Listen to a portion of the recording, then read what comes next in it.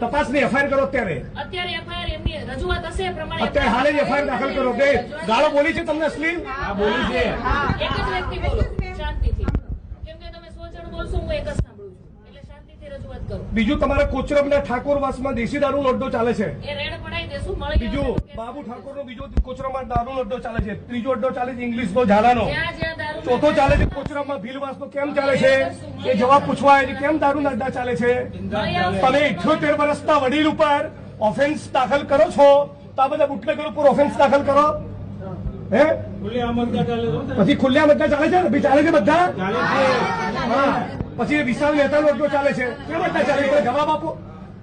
જ્યાં દારૂ વેચાતો હશે અમારા ધ્યાનમાં આજે અત્યારે બધું બંધ કરાવો કોણ છે એનો વહીવટદાર કોઈ વહીવટદાર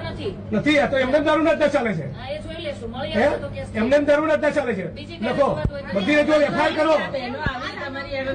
એક મિનિટ બીજી રજૂઆત કરો તમે ડિસ્મિસ કરવા માંગો છો પહેલા એક મિનિટ આ બાપનો જવાબ આ વડીલની ઉપર લેખિતમાં અરજી આપેલી છે આ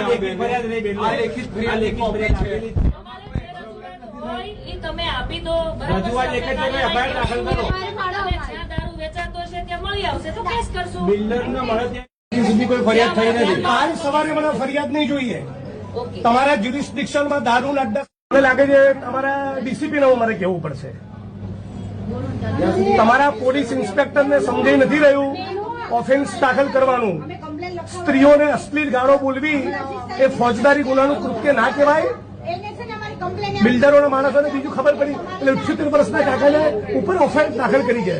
તમે જે એમનો ગુનો દાખલ કરવાની જો સૂચના ન આપી હોય અને 20 દારૂના અડ્ડાનું લિસ્ટ હું જાહેર કરવાનો છું તમારે ન કરવું હોય તો ડીસીપી ને ત્યાં જવું તમે મને ના પાડી દો તો હાલ ફોન મૂકીને ડીસીપી ને કહું